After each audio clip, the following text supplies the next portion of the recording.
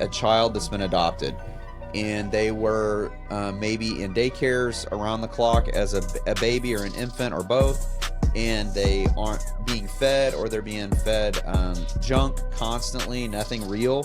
What ends up happening later in their life is this like need to hide food, to hoard it, you know, put it in places to where they know where it is. The interesting part of that trauma, which is what makes it an obvious trauma, is they're not hungry. They don't want to eat that food. It's this emotional trauma response from starving at a time to where their body remembers it, to where they feel like they're going to not get their next meal, even if they're in a place to where there's more than enough. It's a protective it's a protective mechanism. It's animalistic. So when you talk about adopting a child like that, the way that like a lot of counseling organizations categorize it is there's families with dysfunction and there's dysfunctional families, because you're going to have some trauma or wounds from a healthy family. Right. But there are families with dysfunction. And that's where, like you said, dad was never around. Can't remember mom ever hugging me. Well, that's trauma. Right. And I think the challenging part of it is, especially as a guy, is who wants to sit there and be like, my mom never hugged me? Who wants to say that out loud? Well, and you guys don't have to, I mean, I tried to tell men, you don't have to feel weird, or women too, about saying this. I mean, I said this to you guys recently, is I had a great mom. She passed away on Easter, but my mom grew up in a household to where there wasn't a lot of like hugging and I love yous. It was almost like this, well, you know, right? Which that's not a healthy place, really, as we get older and learn. Like, that's not the way we want it to be. Although I know the people involved in that, and they didn't mean it either. But it was probably part of their scenario, you know? And so with me and my mom, I tell people all the time, I think I remember one of the first times that my mom and I did like a real hug, love you scenario was in my very early 20s, maybe 20 or 21. I'm getting on a flight and I'm going to be gone for a while. I don't really remember anything like that before, but I also never sat around all the time going, my mom doesn't love me. Even as an adult, I never did it. But they will tell you, they as in the experts that, you know, measure trauma and they study it, is that when you have situations like that growing up, there are reactions to it. There's usually statistically very possible things that are going to happen later in someone's life that are kind of almost like this almost reflection of not having whatever that was. Or having too much of the wrong thing. One of the great examples of that, you've heard of walking on eggshells, right? By the way, I didn't know that was a real thing. And I knew... Would it even hurt? I've heard that before, and I'm thinking... But you know how many sayings we have that come out of nowhere, right? Well, walking on hot glass. So that should be the saying. I popped off at a men's group about it, and somebody owns, like, worked on a farm. They're like, yeah, if you go out and there's a bunch of broken eggs, they stick in your feet. Like, don't ever because they're dried up and they become like petrified. Yeah, I get it. And now. you got little shards of like fiberglass. That way, like hard because they have yolk on them. That's like been touching them and it's like. Well, hard. then they just dry out there. I was just thinking of like you drop a bunch of eggs on the kitchen floor and step on them. Okay, I'm always like walking on eggshells is like okay. So name something more easy that I have to do. I always thought like walking on hot coals, or like being around you is like walking on hot glass. But that doesn't sound as good as eggshells, apparently. So whoever made it up, made it up. Somebody's saying that they're living out their trauma on you, or you really are screwed. Yeah. So one of the things I was giving an example of is when we talk about walking on eggshells, and I'll give mine, is my dad caught it. You know, when the kids have the like walkathons and they're raising money, or they'll do school fundraiser for cancer, and they have the adult dunking tanks. Yes. Well, when I couldn't walk, my dad was coach, physical education teacher, elementary school, and they were going to do one of those educational walks. And they were unloading the dunking tank, which is like 1,100 pounds. My dad's a big guy, but not that big. He was 6'4". And the kids were playing around the unloading dock, and it started to fall. It was going to fall on the kids, so my dad ran up and grabbed it. Well, he held it out of adrenaline, but it cost him vertebrae in his back, did a botched back surgery. And so when I grew up, my dad was functional and always there because his dad never was, right? That's the trauma thing, too. I will never miss anything because dad never made anything for me. And but he was always sharp and didn't have a lot of capacity for me doing the wrong thing because he's on, like, Lortab and Soma. Yeah. So and he's so low patience. Yeah, and so in my adult life, like we were talking about families with dysfunction. Well, because of that, and because of him finally being able to go to sleep at night and be a light sleeper, because it was hard for him to get rest, I'd get chewed if I'd wake him up going to the bathroom. You're like a 6-year-old kid trying to go to the bathroom, right? So it wasn't a drag out, but I was constantly in trouble. And so what it caused in me is anytime there was conflict in a room, I won't show it physically, but for so many years until I got some counseling, I was like, my anxiety internally was through the roof. And so I'm managing all this anxiousness for everybody, because you're like living your life in this place to where as if he was watching. Yeah. Like, it's like, because you're almost like molded. Well, and here's one of the most important things that everybody that's, man, that you've become a professional, you've really worked on yourself up here. Maybe you haven't seen a counselor. This is the thing that set me free. I'm like, I don't need to forgive my stinking dad. You know what all he overcame, you know, everything. Dude, my 6-year-old self didn't know what he overcame. The 6-year-old boy didn't know all that stuff. He just got in trouble a lot.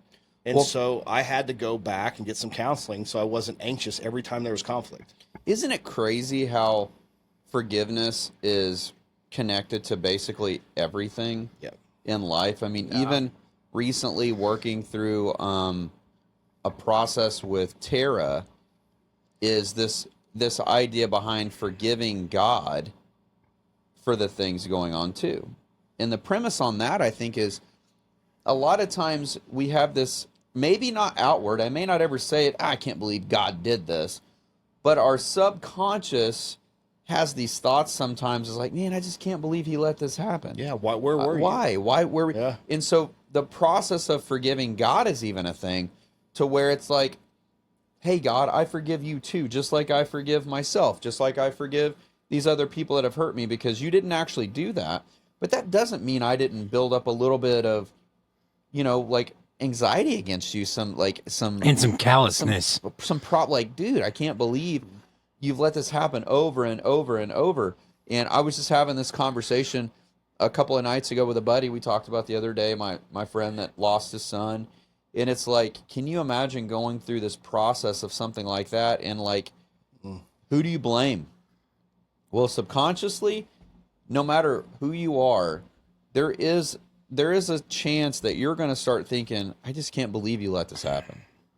And now all of a sudden, we're starting to build up a little bit of friction with God on things, even though we're not willing to outwardly say it. Our subconscious is thinking about it. And I just thought that was interesting, how forgiveness is connected to everything. Well, and humanity wants to put blame on someone, whether it's yourself or someone else or some other being. Right. Everything has to have a blame assigned to it. So it's like the friend with the son that passed away a couple days ago. It's like, does he blame himself? Does he blame his kid? Does he blame the Lord? Like, because someone has to be assigned blame. It feels like in the human condition. It's a really hard place to be, because I think as a parent, and then the one we're talking about right now was a great dad. He was love. He was a good teacher. We all make mistakes here and there, but he was a great dad. And ultimately, what he has to hear is that, dude, this is not your fault. This is not God's fault. Things happen. They happen. It's how humanity works. We're just not going to live forever. And ultimately, we all have this situation in which we're going to pass on. And I mean, do our decisions have weight in those? You know, probably. You know, I think this way, and it's like a lot of people think God's already got this plan to where everyone's kind of deaths are already scheduled. I don't know. Dude, I don't know. I mean, babies dying, kids dying. I mean, why would God go through the whole process of getting them here, you know, through the whole process to then take them at age 2? Bryan just got like deep. Well, I mean, I don't know the answer to that kind of nonsense, you know. I just like to make it a little simpler. We are ultimately going to die. I don't know what's scheduled and what's not. I do know that there's a better chance of not dying if you don't go skydiving. This is just risk analysis, Thad. You and I do this. I mean, everyone starts off at 0, right? and then we build points against them. If they want to buy Yeah, and the like insurance life thing, right? insurance, So what questions would you ask me that were high risk what if do I was you getting know? insurance? The basics are going to be height, weight, age. Have you ever had We wanna know if you stroke? Have you ever had tumor? Hey, can I be pissed for just 1 second? Because I weigh 230 pounds. And so, like, what does the insurance company do? Because my body mass index is not equal. With Well, so it what says I should weigh like 160 pounds at 5'11". Yeah, life insurance is not built upon what the health industry thinks is good and healthy for you. If you were a high-performing athlete that looked and felt great, they don't care about that. They're actually looking at what is flowing through your veins. So I've got, you guys ever hear of these Iron Men? They're maybe some of the most in shape people you've ever met die of heart attacks. It's because they weren't out of shape. They just either by heredity or some weird intake on their own that their body hated had corroded veins. And so what the insurance company's looking for a guy like you, Kellen, because I've had to fight for these a number of times, is they know that you think you're in shape. And you might be. But lots and lots of people that look like you aren't. They can just lift heavy things. They're also going to ask you, like, how many times a week do you work out? And if you say 6 and you say, I'm 6'1", 230, they're going to be like, that kind of checks out. 6'1", by the way. 6'1" would be cool. So aside from your personal, well, I'm Heartache now. over aside 6 from your foot club. personal data, what they're going to ask, the number, the thing that comes down to is going to be the second most important thing is what do you do? What do you do for a living? And if you say, I fly planes, personally or commercially, those are different. You fly personally, that's more dangerous. Commercial means there's a lot more processes that have taken place outside of your control Checks and to balances. prevent accidents. And then if you say, I work on an oil rig in the middle of the Atlantic, bye. Do I get better insurance for vaping over smoking? They hate both, but vaping is just as bad. Actually, insurance companies hate, what they hate more than the nicotine and the smoke is that vapes blow up in your mouth. Oh, that's scary. It'll kill you. So it's just another risk Let's tool. get off the vapes. It's a risk tool. So it's all about checking out the risk of doing certain things. So yeah, you're not going to get life insurance, dude. Well, But if you really need it, I can help you probably. I know you can, yeah. Anybody that needs life insurance, call Bryan Smith. Call us up. Oh, So, yeah, But outside of that, for me. so that coincides with you guys have to think about death a lot, right? That's Yeah. a death conversation. And when people die, I want to track back to what we're talking about is there's some unforgiveness. And in real trauma, you know, the world lies about everything. Let's just get that clear. And I've lived long enough and worked with enough people to, that's 100% true statement. If you're living on the majority frame of the world, you're in the wrong bucket, and that's why you're stressed out and panicking and you're super busy. But when we talk about death, you can't just say, yeah, you probably need to forgive somebody. You actually have to start forgiving people because the world will say, it's just like, it's just in your head. No, it's in your heart. Unforgiveness lives in the heart, and it can poison your heart, and the heart feeds everything. Like, think about it. You talk about people having a heart attack. It feeds blood to everything. And so it's a bigger deal than that. And I think it's super interesting. I've had to forgive God too, of the seasons that I missed out on, the seasons that I was hurt by people in counseling. Like, I had to forgive God. You want to know a fun fact? I think you already know it from some counseling. What finger do you tap on when you forgive God? Oh, your it's like your pointer to. No, it's your middle. Oh, is that? Yeah, It's okay. this- For some reason, I was thinking my wrist. It's but that it center is. line. See how the world lies? They say like the negative finger is we claim that one too, that we just flip everybody off with our middle finger. I think about that every time I forgive God. I'm like, that's the center line. That's what keeps balance. I mean, I still kind of every once in a while will use it for bad. At least you're honest. But you know, whatever. I mean, people, get what is it called? That whole phrase: you mess with the bull, you get the horns.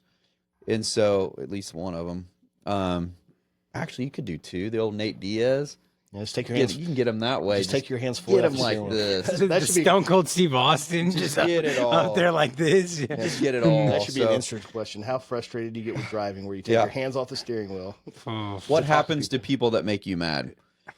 I think about that question though as man, we're all going to die. And I just can't get away from it. When I think about we're all going to die, because I get asked this so much having deep conversations. When you steer into hurt and pain with people and they're feeling it, you better get ready for questions that suck.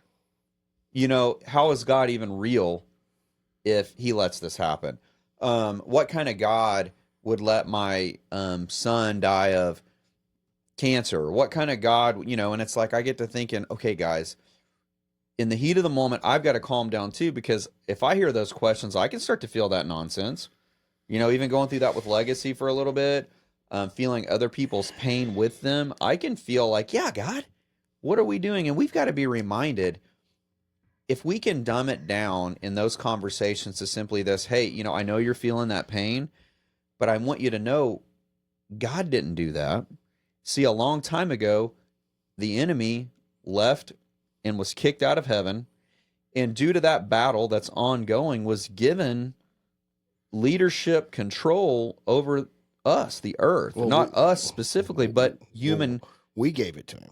That's where people miss it. They want to blame, and it's fine. You can forgive God. But if you, and there's different religions, but if you say I'm a Christian, then you need to read your Bible.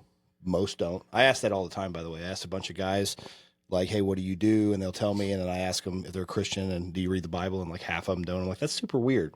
Like, you know a lot about insurance, but nothing about the Bible. In the beginning of the Bible, That was a personal attack on us, Thad. we were given a lot of, not on that. we were given a lot of authority, and power over the earth, and then we gave it away because we wanted what looked desirable, what our emotions told us to take. Right. We cared more about our answer than what God gave us as truth. And God said he's holy. And so there was a separation. What people miss is in this complete separation is God decides to come back. And my question would be like, why? And then Thad was exactly right. When stuff hurts really bad, instead of us growing and being adults and working through stuff, we just blame somebody. And then we get super toxic in an area and we wonder why. Well, because we falsified blame to somebody else. We took no ownership. We didn't work through whatever deep emotion, by the way, God gave us to really work through and say it out loud. And then we didn't go to somebody a lot smarter than us to get some help, right? Right. But yeah, I mean, look at like the original sin of the world, and you go, Adam immediately blamed Eve. Like it was immediate blame. Like Hey, there was like, you want to look here at that, we are, blame. Hey, you want to look at that differently? So they called Jesus second Adam. He did nothing wrong. Yeah. And for all of us, Yeah. for the billions and billions and billions of people that all did wrong, we've all lied, stolen. God calls that sin. He calls it separation from holiness. And he lets us all know he's holy. So we've separated ourselves from him. Jesus dies for that. Right. If you go back to the beginning, I'm not saying I'm right. I'm just saying this is super interesting in man's role, because we can't blame the woman. Adam miscommunicated to Eve. They're like, well, strolling through. He's like, by the way, don't touch that. That's what I remember from my poor listening skills. No, don't eat from it, is what God said. Yeah. He didn't communicate with her well. And when she looked upon it and it was good to her and she ate it, and then told him, which he thinks she's super hot. Let's get real. But they ain't got no clothes on. They ain't got no clothes on. He's definitely thinks she's super hot. Then he ate from it, right? Right. This is where it's interesting. God shows up, and he asks, what's happened? And what did you do? And instead of Adam saying, this is me, take me, you brought it to me, I own this, I didn't tell her, and then I even took it knowing it was wrong. Take me, leave her, like spare her, which is what Jesus does. He says, God, take me, spare them all. And that's why people argue, like, why is Jesus the only way? Because God is holy. We separate ourselves. And so Jesus covers it. So if you denounce him, there ain't no way back for you to clean your own self up. Adam should have done the same thing. The man should have owned all of it and said, take me. Take me as the sacrifice. You entrusted me with it. You gave me all authority. You gave me all the communication, and I failed in every area. But the flesh, immediately, we bring it on, and people miss that. The second he ate of that apple, no, it's your fault. I'm blaming somebody for something that's really toxic.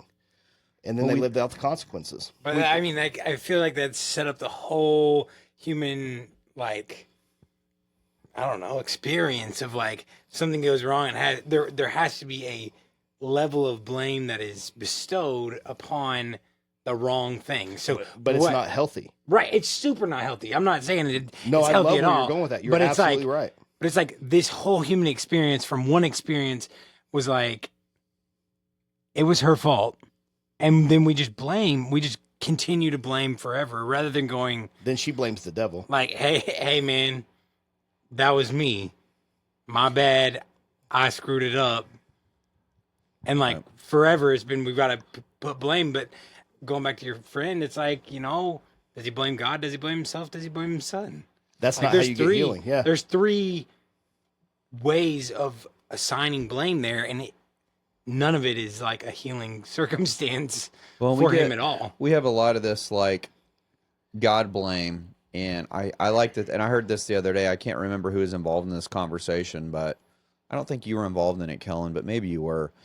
So we're talking about blaming God, and then you get into this place when you're having like that hard conversation with someone like, how can I just believe in God? I can't see him. I don't know what's going on with him. And you know what's really great conversation to have. Well, and here's what's insightful about it is, so God sends his son as a conduit to him, right? For us. We're embattled in a constant spiritual battle, whether people want to believe it or not, with the enemy over the souls of man as we, work through God's timing through the Bible. And then ultimately what we have is this, why can't we see God? Why can't this and that? And I heard a great example of this the other day. God said, you can't look upon me. He's too holy. You can't actually see him. And he sends an example of that, of himself in the burning bush. With Moses, yeah. Which is like, almost like his shadow. You can't look upon me with human eyes. I'm too holy. I'm going to show you me, but in the form of like my shadow, so that you can at least feel the presence, but no one can look upon me. And that makes me think, what's cool about that is we have examples of God being real. And what I try to do with people as we get into this weird place that they're struggling and they're hurt, to where it's like, there's no way God would let this happen. He must not be real. It always circles back to, God didn't necessarily want this to happen. He never wanted any of this to happen, if we're going to be real. This is all like this domino got kicked over a long time ago, and they're just still falling. The dominoes are still falling over because of that decision that was made. We're still making the very same decisions that Adam and Eve made back then. And I like to go back to the garden really quick. Here's something really important to see. In the beginning, God made. He never took. Adam and Eve let things in that were never meant to be here. Death and sin were not meant to be a part of creation, but in our free will, we let them in. But all the people's like, well, God did that. No, God never. In the Bible, he doesn't take all that stuff away. He created. Yeah. He gives life. It would be really weird for him to have created all that to like gaslight you with it, kind of like, I think it was like this simple thing that people are just going to believe it or they're not. But God not only is loving, he's also just. There was a particular process in which he saw this going. And when it gets out of order, you leave almost like his domain for your own. This example of God meets you halfway, that's kind of a thing, I think, to make it apparent that God is always there and available as long as you're willing to grab that hand too. I mean, if you picture like a hand coming out, it's always there. What it doesn't do is it doesn't necessarily force you to and fro out in of everything. He wants there to be a relationship there that's built on love and peace and like reciprocating relationship. But if you're not interested, it's almost like he's still there. But what you're doing is saying, I can handle it. Okay, well, the world has been handed over to the enemy. You have power. You have spiritual, supernatural power through me to battle it. But at the end of the day, he kind of has this fake deed to planet Earth a little bit because of what's happened in the past. Well, I think the other tragedy of that, because I've worked with a lot of people, is if they're not rejecting God all the way and they'll all do all of it, they don't like the thought of God because he needs to come into the frame they've created, the parts of their life they like. So here's a really good example of what happened. I'll take my son, for example. He's like, yeah, like, Dad, I need your help, like, to get me over to my friend's house and to buy me dinner. But I don't really like the fact that you won't let me eat all the cookies for breakfast and that I can't sit on my VR for 6 hours. If I had it my way, I want you to be my dad if you'll take me everywhere I want to go, and I get the VR all day and the cookies for breakfast because I know what's best for me. And from that position, no, you don't.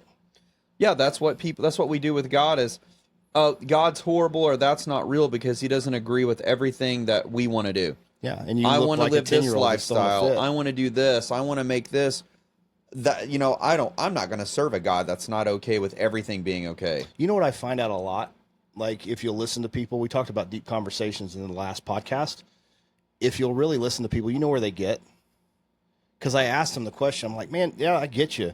Like, you're pissed at God. You see these people act this way at the church. Like, I get it. I've seen it too. I don't like any of that. I'm on page with you. Hey, when you were growing up, where did religion come in? And I've had multiple adults with a lot of common sense share openly with each other. And then like an hour later, they go, holy crap. Like half the stuff I feel comes from when I was like 6 about what I was forced to do. Dude, Kellen, that's such a good point. Here's why. I bet you could line up 1,000 people and ask that question to. And there is going to be such a high percentage of people that because of the way we're programmed as humans and control and empiristic thinking, almost all of these people are going to share from a place of very structured rule following. This is how it is. This is what we do. This is our tradition. And almost no one's going to be able to explain to you God's actual love for people in that relationship. It's not going to happen because I can tell you right now, I haven't heard it very much. I will say the church I go to has gotten way better at demonstrating God's love, because I think what happens in the church now is people get worried that if we go too far on this, like God's grace and God's love, that we're going to lose people on being able to live however they want. It's like this constant tug of war with the rules. Not if they read the Bible. Paul was really clear about it. Should we go on sinning and boasting so that all glory be to God? Surely not. Like, it's answered multiple times in Scripture. We don't have to hold people accountable to like hyper grace if we would just sit with people and have them read and understand the Bible. Because then they would say what I actually heard somebody this last week say, which I thought was super cute in the men's ministry side of things. Started living with a woman, and he's like, well, why are you going to demote me? I've done this and that. I'm like, bro, you know the Scripture. Like, why are you trying to take this to me? You're saying, I want God to operate these in this parts of my life, but I want this right now, and I don't care what God thinks. And you can. I don't care. You're just not going to do that from an influence place and use the name of Jesus. It's going to be really tough, and I think we all struggle with this, and it's okay. And I want to dig into what you just said, because I think it's pretty simple. There are things that we're doing that we've made a decision to do that are wrong. Yep. And we're saying we're going to do it. Then there's the things that we do because we're still struggling, but we do show a heart of repentance and remorse as we walk through them, as we're praying, as we're trying. That's different. That's different. This guy is saying, I'm going to do this thing that I know shouldn't be right. I'm going to justify it and make it right, but I need the Father to still work through my influence. Now, and this is where the world gets messed up, and this is where Christian gets messed up. Then we have this other guy that is struggling like any of us, still wants to do what God's asked him to do, but he's struggling. He's struggling with this or he's with that, and he's praying. His heart position is to the Lord to try to be abiding, but he's going to mess up. But he's constantly has a heart of remorse to the Father, like, I don't want to do this anymore. I want to quit doing it. And then what happens is people go, those are the same guy. Look at those hypocrites. Those aren't the same guy. This guy is taking advantage of his ability to use words on people and say, this is what I believe, and God's going to work in this way, and this is my influence, but I'm over here deciding that I 100% am going to do something willingly against him. This guy over here is saying, Lord, I want to have influence.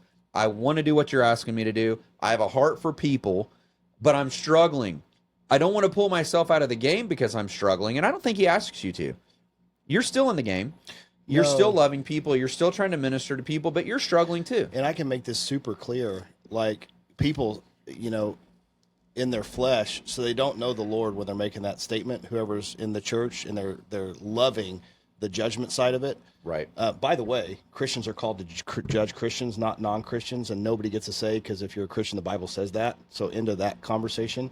But there's a parable by Jesus where he talks about... And what you mean by that, real quick, is we're to hold each other accountable to what we believe. Yeah. It's not my job to go hold a non-believer who's not even in relationship with Jesus to something he doesn't even believe in yet. I'm to love him. Yeah, what I'm saying is that you profess Jesus. So I find out hypothetical that, man, you get emotional in a bad way. You could have dealt with another business guy, and you guys are manipulating a system to steal from poor people. That's where you're getting all your income, and I find out about it. I'm going to confront you in private. Then I'm going to grab Thad and confront you. Then I'm going to expose you to wherever your congregation is. To be fair, I'm not doing that. He's making it a real scenario, and I'm not doing that. You're living this way. You're living this way, but it doesn't feel good, does it? No, because it shouldn't. Because you're called to, again, a heart posture. And so there's a parable really clear on this. There's a tax collector. Okay, the Romans are raping the Israelite wives. They're breaking in and stealing stuff from houses. They're beating the men. They're beating the family. Not a good place in this time period to be an Israelite and a believer. Then the tax collectors kind of betrayed their own people. They're working for the Romans and coming in and taking your money with excess and putting it in their own pocketbooks. They're weasels. And a tax collector in this parable comes and cries out to God, I'm an evil tax collector. Like my heart, like I can't stand this anymore. And there's a Pharisee, okay? This guy that knows word for word, everything's memorized. And he looks over at him, and this is exactly what the church is doing wrong. They're saying, thank God I'm not like that guy. What a wicked heart that is, by the way. What a wicked statement. I'm not like that guy who's doing all these things wrong. I fast. By the way, in public, I have the most eloquent prayers in public. It's all about me, by the way. That's the problem, is it's a pouring out in a sacrificial heart versus a prideful, all about me, but I'm doing all the right things, look at me thing. And that's a broken heart. The Pharisee's in bad shape, and the tax collector is actually fine. God cares about the heart. And I promise you, with that tax collector, after he cries out, you're going to see him be more gentle with people. Well, you see the polish of the cup on the outside, but the inside's still dirty in that situation. And then, like, for the tax collector, it's like, bro, I'm just trying to, like, do my job kind of that's deal. Where the phrase, where's the fruit? Like, when you look at a believer's life, no. Jesus did 100% of the cross. You can do nothing if you believe that Jesus is the way to get to heaven. He is the way 100%. He did 100% of the cross. After that, though, there's a change in your heart. Right. And so the way you interact with people is going to change. The way you care for people is going to change. So back to that scenario, Bryan, with the person that's caught up in that addiction or whatever, they're still going to have a soft heart for people. The one that's wanting to get it all away, he's going to be sharp. He's going to be short with people. There's no love towards fellow man in the people that just want hyper grace. Well, guys, the key to this process that we're talking about is going to be heart position around you're going to make mistakes. And we've got to get to a place to where we're bold enough and that we have enough backbone enough to face what we've done. I wrote a quote one time that said, you're here today because of a decision you made yesterday. Yep. That's fine. That's fine. You messed up. Everything has repercussions. I've said a couple of times to people in conversations based on my own life, the things we do have different levels of tailwind. Wrong is wrong, okay? But the earthly measurement of things has a different tailwind. For instance, if you trespass, you're going to get a ticket. If you get a DUI, you're going to get a ticket, probably lose your car, and probably lose some, some stuff. Maybe freedom to drive and whatnot. If you kill somebody, you're going to lose a lot of freedom, maybe all of it. All of it's wrong. So when we talk about our lives and making decisions, wrong is still wrong. It just has a different tailwind. So you're here today because of a decision you made yesterday. That is going to have a different meaning for everyone. What I'm asking people to do, myself included, is, to be bold enough to go, I did that. I am sorry for doing that. Lord, forgive me for what I've done. And pursue a constant relationship with Jesus around repentance, because he didn't just die on the cross for us, in my opinion, to just repent once and live. We're going to make mistakes all the time. I think he desires to have that position from us that we're always admitting mistake. Yeah. That's part of the example you had, though, he was making wrong right. Yeah. He was trying to make wrong right. Yeah. That heart position, even if he didn't do it perfect, it was about the heart. And that's what religious people, there's so many people broken by people that have seen, and they're detested. They find it detesting to see people that claim God act the way you were talking about, that just stingy, you're wrong, judgmental thing, because that's not how we're called to interact with people. Even if you don't get it 100% right when you cry out, you know what God cares about? He's wanting to protect your own heart. Well, it's the humility position, the humility heart position, rather than the I stand on mountain heart position. Well, and next Like, time I'm greater than anybody else. Next time we should dig into this cause and effect around this guy we're talking about. Example number one is, hey, dude, you know inside your heart this is the wrong thing. What are you afraid of? Are you going to lose her? Do you not have control? What prevents you from having a conversation with her saying, hey, it's not okay for us to pursue this way. Let's pursue it a different way. We need to get into that next time because, there's some kind of weakness there or something that's keeping him from doing just what he knows inside is right. Well, but again, when somebody's like that, for you to ask that kind of question and to care enough about somebody and go, hey, where's this rooted? It's probably fear, like you said. Yeah. But they're going to track back and figure out a lot again. And it's not comfortable to be like, wow, I'm 40 and I can tell you at 8 years old that I just thought of a time this happened and I've been living that out over and over again. But what freedom comes from somebody caring enough to ask the question and work through it? Man, guys, what we've been talking about today is super deep in the way of it's not hard, but it's also not so easy that you don't have to put some effort in. No. You've got to have effort. And so I think that it's always important to remind people that are listening, pretty often that ultimately our goal is that people will hear the messages that we're talking about and start to ask questions about what does heart position mean? What does it mean to have a heart position towards the Father? What does that even look like? What does that mean? And we want people to understand that ultimately our belief system is that it's much simpler than you think. Freedom, healing, salvation is all found in heart position is just pointing towards God and the Father and saying, hey, I need forgiveness. I don't want to live this way anymore. It's a simple prayer. And we want people to understand that that's something that they can do by themselves all the time. But if they don't understand or think they know how to do it, that's a really good time. Hit our DMs, make a comment on the page, on the Facebook page, get messages to us. We'll walk you through it. Yeah. It's not rocket science, and we're happy to hold your hand doing it. But you can sit there right now and ask for forgiveness for what you've done. You don't have to be a professional. There are no rules about this.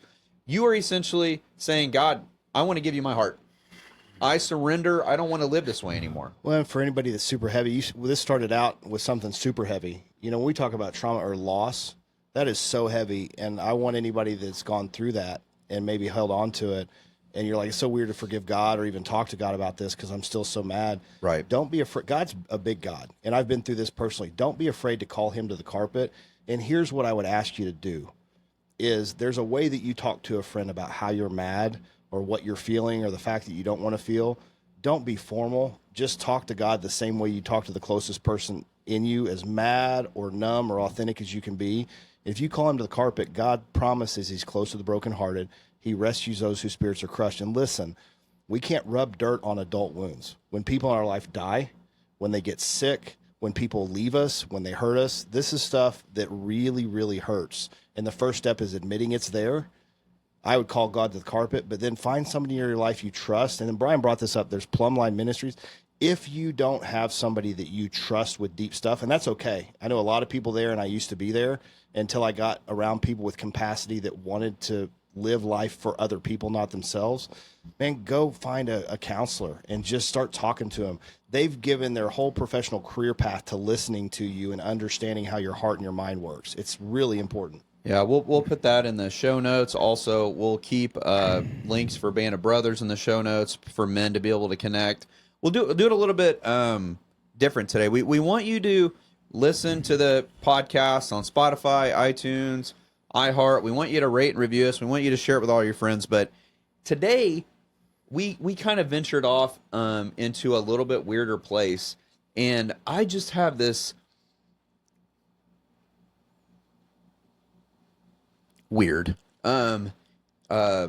I'm so weak these days, dude. I can't get through anything anymore. Don't call me to do anything like super like hard. Tears are welcome. Hey, it's not weak to have emotions. It's called being a real human being, not a robot. Yeah, I know. But I think today would be cool to end, Kellen, if you wouldn't mind, because clearly I can't even talk. Yeah. Maybe say a quick prayer. People listening today, I think there's definitely a person that has to be listening, I'm sure of it, that's pretty deep in one of these holes. And I think it would be effective to lead someone in that prayer. so that then, not just for their prayer, because prayer is always powerful. What I feel kind of in my spirit right now is that so this person can hear how to pray and be able to replicate. Yeah, I think too, man, if your heart's heavy, we've got direct message. DM sounds so weird sometimes because the way people use it, but on the platforms, there's a way to reach out. I would also say, and I'm feeling this, there's some wonky stuff that culture says, and we've covered a couple of them, like death. Yeah. Does God care? Why would he let bad things happen? If there's questions that you have that you just want to have a conversation on and you trust to have a conversation, would you list them? And I just wanted to frame two prayers. The first one is just, man, if you're calling God the mat and you're hurting, I just want to pray for you right now, but I also just want to model how you can come. God, man, I just come before you, and I'm so lost. Man, I'm numb from this specific incident. Man, I'm grieving the fact that my mom died. Yesterday was Father's Day. My dad's not here anymore. I don't even know what to do with it. Or maybe you have a dad that, man, you guys had seasons of or a specific incident. You can't even talk to him anymore. And yesterday was just incredibly difficult. Father, I just want to tell you that yesterday just sucked for me. That my heart hurts, that I want to cry, but I don't even know how to. Man, that I've cried so much that I don't know how to cry anymore. I don't know the words, and I don't have the strength to reach out, and I don't know what to do. And I just need your help. God, I just need your presence. I need something because I'm so lost and my heart hurts so bad. While I sit here, would you just show up? Would you just show me something? Would you touch me? Would you bring peace into this chaos, please? I'm just being real with you. Would you do that for me? And then we talk about all this stuff, and maybe somebody's been so hurt by people. You go back and say, yeah, I remember when religion came up and I was forced to do this, or my parent did this, or the pastor did this, and you just feel a wall in your chest. Or maybe you've just never believed, and you've seen that people that say things about God, they just hurt other people, and they're very opinionated, and you just hate it. God's real. And I just invite you to call him to the carpet, but he sent Jesus as a second time. Sin separated us the first time, and he came back and he resolved it. And he's just telling you he wants to be close.